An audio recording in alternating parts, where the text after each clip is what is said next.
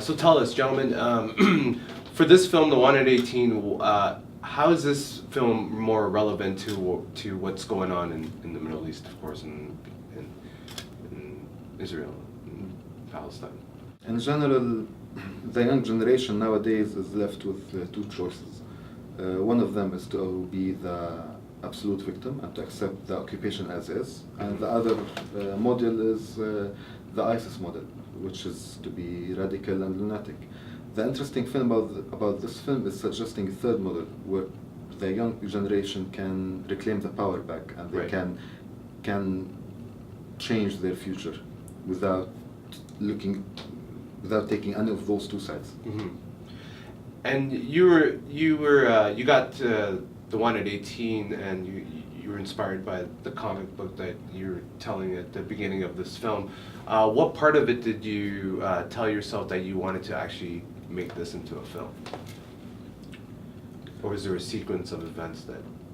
It was a sequence of events, but for me, when I read that comic book, I was 10 years old maybe. So the idea developed by time, and when I met Aina Fitchman, our producer, 2007, I was thinking of doing a short film, a short animated film. For me, it wasn't, the main thing was not telling the story, it was portraying this fantasy world I had in my childhood about how Palestine looked like in the Intifada. And then the idea developed, and Paul got on board and became a feature-length documentary where we are telling the story with parts of those fantasies. Mm-hmm.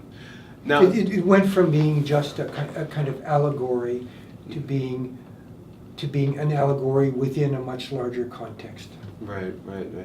Now, in the animation in this film, do you feel that it sort of eases up the tension of what you're focusing on in The One to 18, especially the relationships that are going on here between the Israelis and Palestinians? Do you feel that the animation eases that tension? I'm not sure that it eases it in the sense that people laugh when that comes on, but we're not trying to say that the tension isn't real, because it is. Right. What the cows do is give another dimension to it, but it's not that it cancels it out. Mm-hmm. And one of the things the cows do in the film is telling the story from a perspective of the cows, which is kind of a neutral perspective. You are telling the story not from the Palestinian perspective or the Israel perspective. So as a Canadian, you are watching the film, listening to the story of the cows, and eventually the cows will lead you into the story till the end. And I said that in the Q&A the day that maybe as Canadians it's easier to sympathize with the cows rather than sympathizing with the Palestinians. So in a way it was kind of a Trojan cow to lead you into the story up to the end. Because in the end, if you'll recall, the cows say we've been betrayed by both the Palestinians and the Israelis. And in a sense, that's the dilemma, is we're trying to kind of take a little cow path in between the two, the two sides. So who do you credit your the animation part of this, and who's really behind the animation part of the film? It's 100% him. No, we had a huge team of animators. no, but the idea, yes, was all Amer's, and that was, it was his dream to do this animated film. It was my dream to pigeonhole it in a larger thing. But we also had a team of very, very good animators. Who started out as animation students, and by the time the film was finished, they were graduates working. Over the 5 years, they finished their school and they started working on the film that was that long. Yeah. But eventually, since we came from totally different background. Paul is documentary, hardcore documentary filmmaker. I do animation.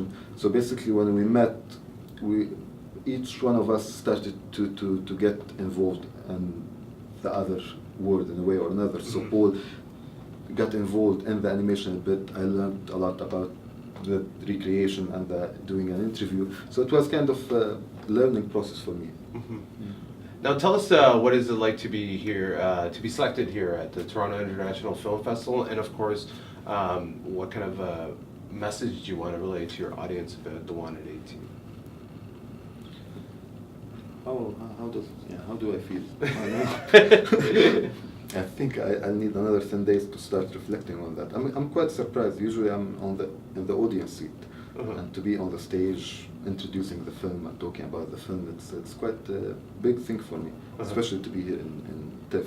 People keep saying that this is big, Michael Moore is here, and I say, please don't tell me that, I'm already nervous enough. So, so that day before introducing our film, the world premiere, the lady who was taking care of us, she said, you don't look nervous. And it's a good thing. It's your world premiere. It's TIFF. Many people will come, and you are not nervous. Right. I said, yeah. Now you are making me nervous. Maybe I should be nervous. And so, Paul, what do you want your audience to take home with them once they've seen the film? Okay, what I've always thought was important about this is that it gives a human face to the Palestinian cause. Right. And by that I mean a human face to the Palestinians, that we get to know some Palestinians. We get to know how they suffer, their heartache, but we also see them laugh, and we see them tell jokes, and we see them laugh at themselves, and we see them being critical of themselves. And so I just feel a lot more empathy towards them as human beings. Whether or not I believe in their cause or not, that's another whole issue. Right. But I now feel that I care about Palestine because I care about some Palestinians. Well, thank you so much for your time, and hope this film does well here at the Toronto International Film Festival. And please talk to us again for any upcoming projects, of course. Thank you. Thank you. Thank you. Thank you. Pleasure. Pleasure.